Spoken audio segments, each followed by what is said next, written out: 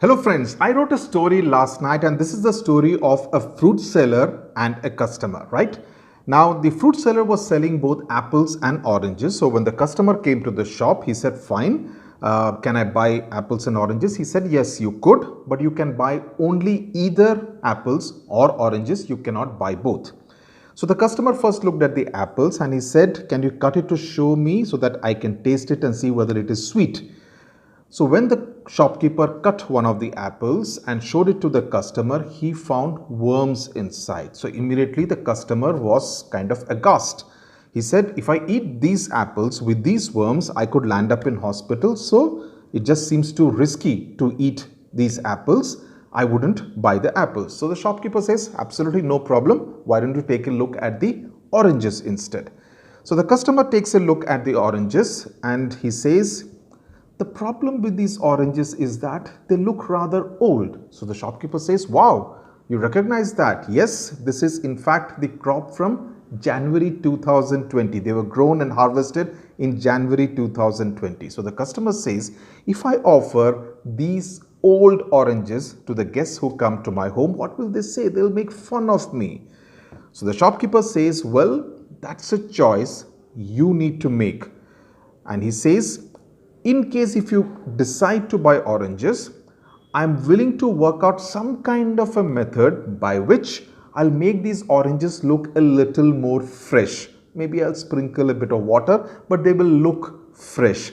Taja lagenge, even though they would have been grown in January 2020.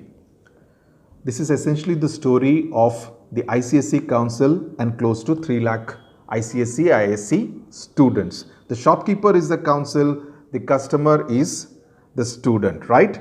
The apples are the examination centers which are prone to risk, and the oranges are your pre-board marks which you secured in January 2020, right? Okay, now let's come to some non-fiction. Okay, the council just a while ago released a most urgent circular sent to all principals, but those who have been here listening to my videos on Study with Sudhir know exactly what it is all about. Basically saying that the date by which you need to inform whether you are going in for apples or oranges, that is option 1 or option 2, has been extended from 22nd June to 24th June. That's a mota khabar in that circular. Okay. Now, apart from that, it said a couple of points basically to say that choice must be given to the students, and that was because many schools were found dictating terms to the students and deciding on behalf of the students, telling them option 1 choose karo ya option 2 choose karo. Okay, I had in fact put out a video last night, but even now I'm getting lots of messages on my Instagram DM and over email saying that the schools are saying that you need to go in for writing the exam, or in some cases the school saying that opt out, don't give the exams.